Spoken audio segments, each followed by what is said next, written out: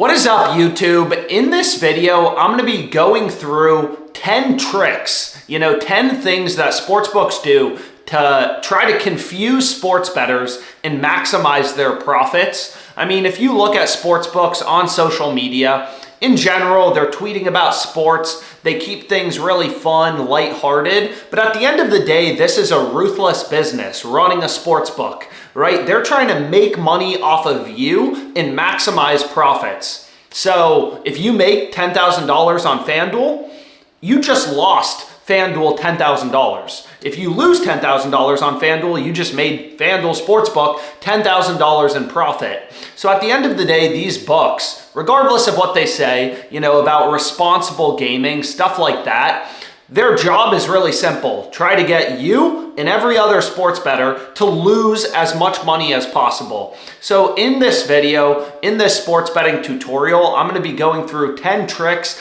10, sketchy, confusing things that sportsbooks do to try to confuse sports bettors and make more money off them. So without further ado, let's get into it. So the first thing that sportsbooks do, which really is confusing, is they put their odds in different formats to try to confuse people. So that may be, not super clear. So let me give you an example quickly. So this is what I mean when sportsbooks intentionally try to confuse sports bettors. Is if you look at, a traditional sportsbook, for example, DraftKings, you're used to seeing odds in American odds, plus 110, minus 130, minus 230. Like, these are things that people know. They know how to understand. But if you look at this new DFS app called Sleeper, so you can see it on my phone right here, they have their odds in payout format, which is really confusing to most people. Most people have no idea what this means. Jalen Brunson, his over is 1.71x. So if you look right here, most people have no idea what this means. So why does Sleeper do this? Why do they put their odds in this weird format? And it's almost certainly to get people less focused on price, less focused on the odds they're getting. So if you actually look at Sleeper, what you can do on Sleeper is take their odds and convert their odds into American odds. So I'll give you a simple example. Is here on Tyrese Halliburton, OddsJam, which is a sports betting software. It just kind of shows the odds, compares them. OddsJam is saying that Halliburton's under is minus 108 odds. So if I go to Tyrese, so let's go here to Tyrese Halliburton, and I'll show you exactly what I mean. Sleeper has his under listed. If you see, I can click on it just now. They have his under as a 1.93x payout. Most people have no idea what that means, but what it means is you're betting 100 to win 93 in profit. So you're betting 100 to win 193 total, 93 in profit. So what you can do is just kind of convert their odds, the odds on Sleeper, from decimal odds into American odds. So a 1.93x payout just means minus 107.53 or minus 108 like we see on OddsJam. So why does Sleeper, particularly, why am I picking on Sleeper, is what you're going to notice is Sleeper offers worse prices than any other sports book. So for example, if you look at Circa, they have a 30-cent spread on Tyrese Halliburton. His over is minus 120, his under is minus 110, so they're charging 30 cents of juice. FanDuel, minus 122, minus 104, they have a 26-cent spread. Then, if you look at Sleeper, right, they have a 62-cent spread, minus 154, minus 108. They're offering worse odds, a larger spread than basically any sports book. Same thing with HotStreak. These are the two books, Sleeper and HotStreak, that are charging the most juice. And how are they able to do it? Again, it's because if you look at HotStreak as well, they're putting their odds in decimal format, in payout format, which basically is to mislead bettors, get them less focused on price, so you can't see, it's not as clear how much juice that Sleeper's charging, right? It makes it harder to compare the lines on Sleeper to traditional sports books, especially for recreational bettors. Now, it's the same thing on PrizePicks. So PrizePicks is a fixed payout book. If you take, any two picks, so you can see here on PrizePicks, there's no odds, period. So on Sleeper, at least we have some numbers. On PrizePicks, there's no numbers, right? They have, just over and unders that you can select. And any two-pick entry, any two picks I select, like you can see right here, any two picks I select, I'm getting a 3x payout. This is misleading, right? Because nobody knows what that means, right? Any two picks you select, you get a 3x payout. The reason this is especially misleading is a lot of people think a 3x payout means you're betting 100 to win 300 in profit, but that's incorrect.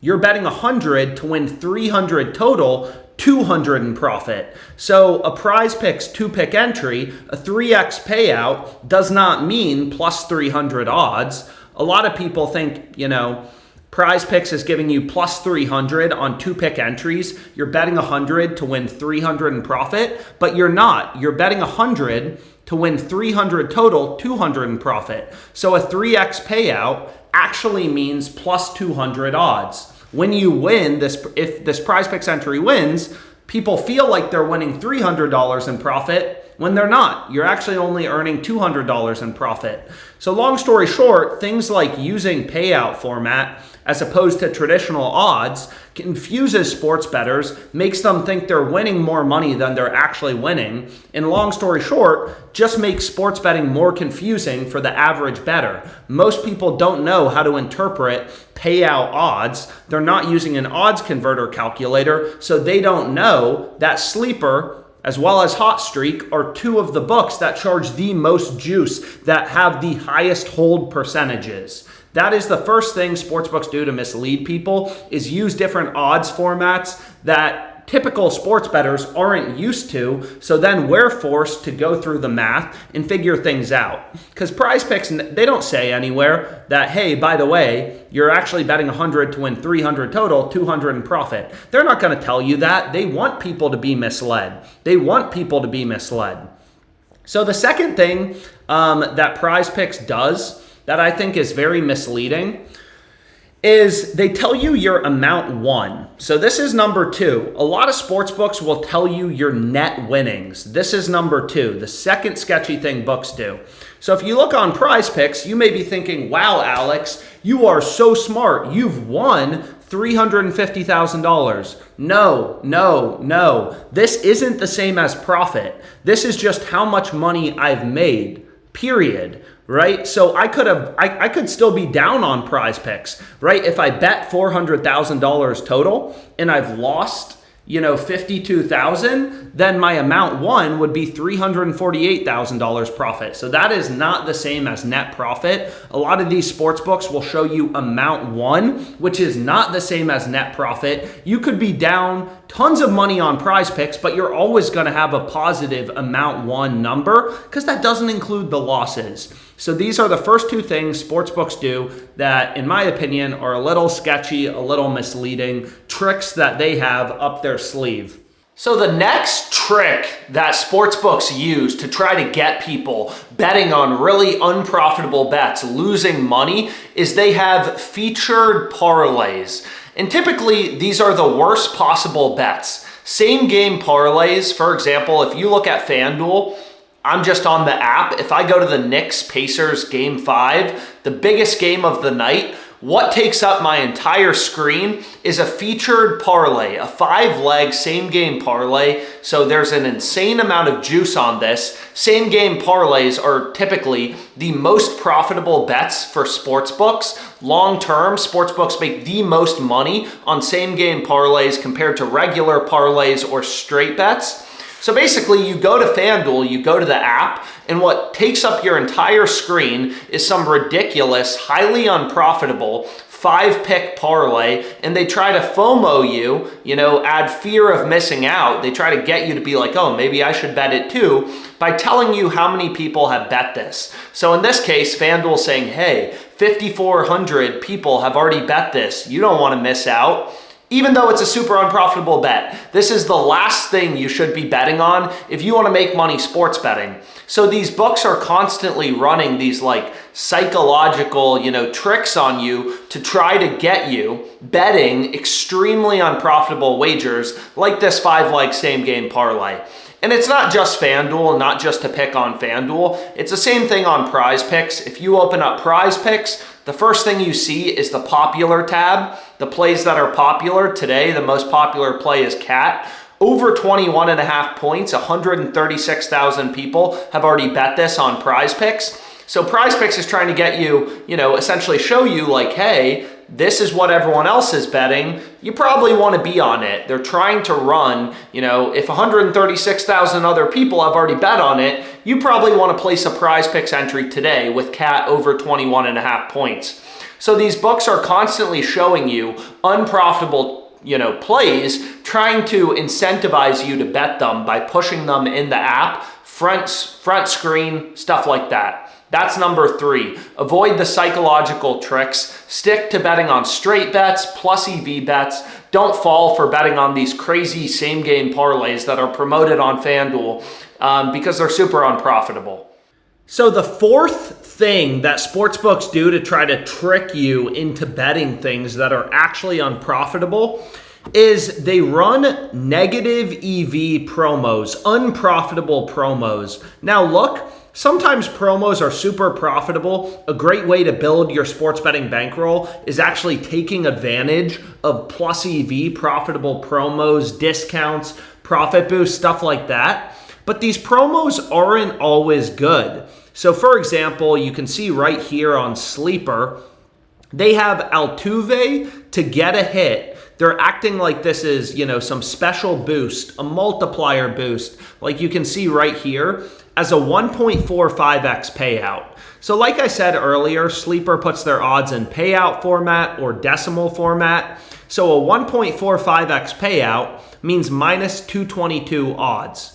You're betting 100 to win 45 in profit. So that's the same as minus 222 American odds.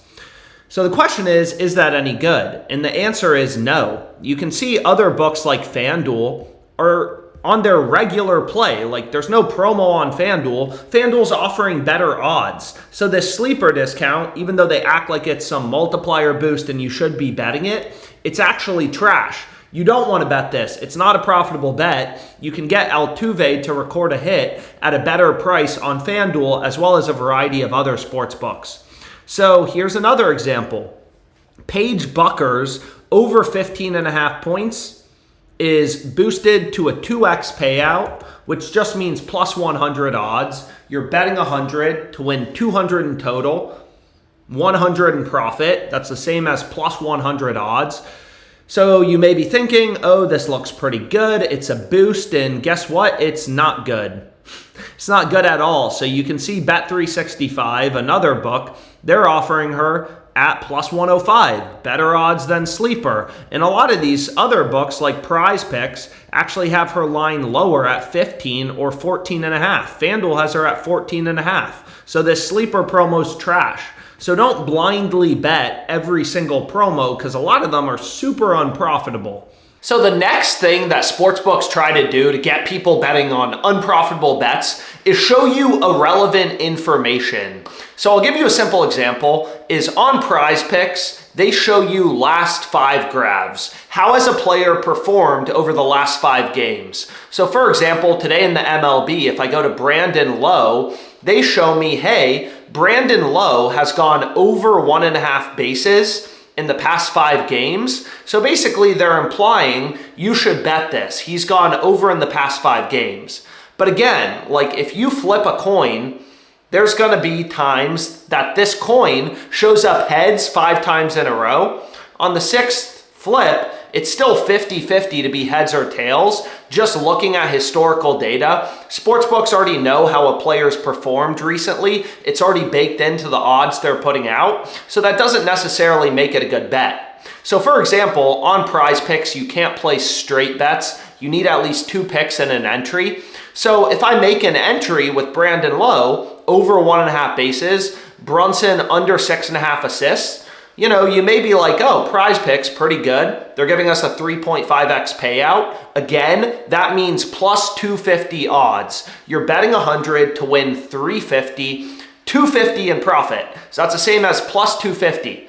That's horrible. If you look at FanDuel, for the exact same bet, right? All these books set their own unique odds. So if I build this exact same play on FanDuel, low over 1.5 bases, Jalen Brunson under 6.5 assists, I'm getting plus 340. I'm betting 100 to win 340, whereas on PrizePicks, where they're trying to push me to bet this bet by having it in the popular column and showing you the last 5 graph, they're giving you a terrible price, plus 250.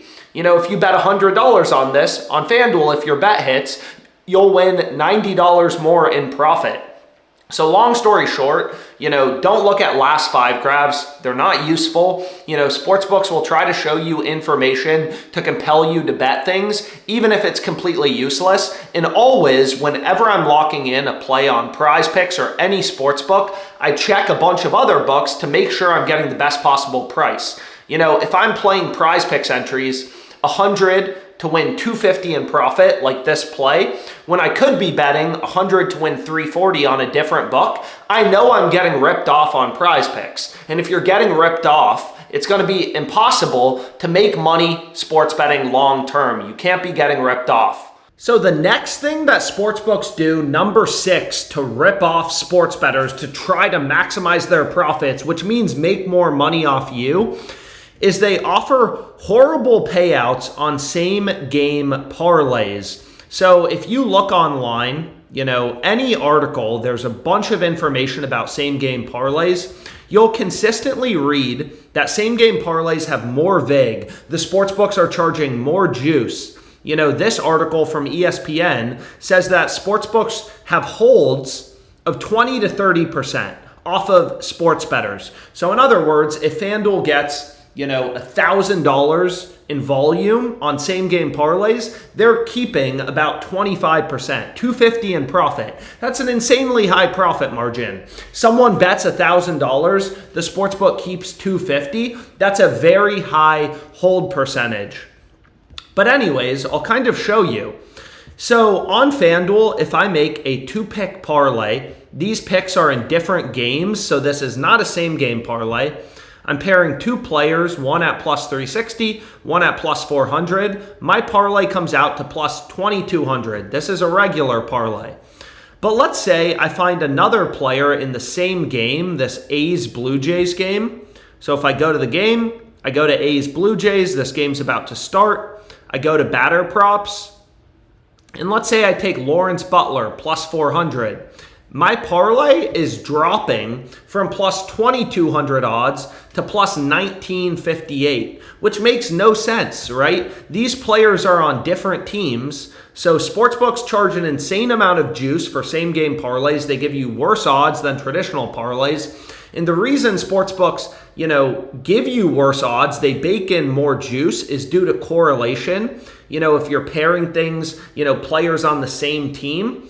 But in this example, these players are on different teams, so there's basically no correlation. How does it make sense that if Anthony Santander goes yard, Lawrence Butler going yard, I should get a different payout than taking a plus 400 home run bet in another game? It makes absolutely no sense. These books are just charging an insane amount of juice on these same game parlays, always giving you worse odds. So in general, just avoid them because the books are juicing the life out of them.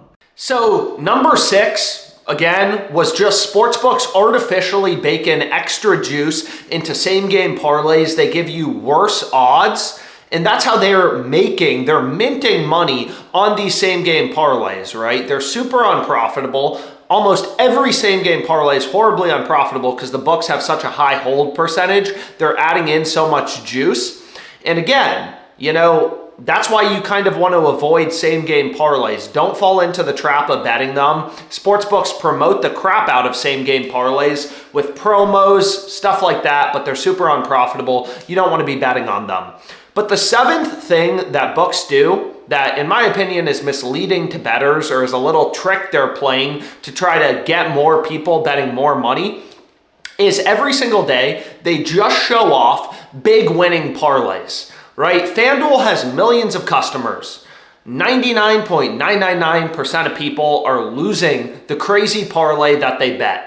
However, what FanDuel is going to do is show off the 0.001% of people who hit a crazy parlay, that turns $10 into $50,000. FanDuel showing those off every single day on social media to try to make it seem easy. These books are trying to make it seem like, oh, hitting a $10 to $50,000 parlay, it's so easy. There's people doing it every single day. But what they're not showing you is all the people who are getting killed, losing a ton of money, right? So sportsbooks are very misleading with their marketing, only showing you on a daily basis the people who have crazy wins. It's just like a lottery, right? They don't show you all the people who lost the lottery and all the money that the lottery made. They just show you the random lady who won the jackpot and market it to make it seem like anyone can do this. It's easy to do. So that's the 7th thing that sportsbooks do, marketing FOMO, showing off big parlay wins, that in my opinion is pretty misleading. So the 8th trick that sportsbooks have up their sleeve that in my opinion is very misleading and also very annoying is limits. So take a sportsbook I've been really profitable on. You can see right here, this is my DraftKings sportsbook account. It's a book I've used for a while now. And lifetime, I'm up over $218,000 in profit on DraftKings. Net total, right? So I've bet, 3.7 million about, and I've made about 3.9 million. So a little over 200K in profit. So what you're going to notice is at this point on DraftKings, let's just say I want to bet something on DraftKings, they have a little trick up their sleeve for me.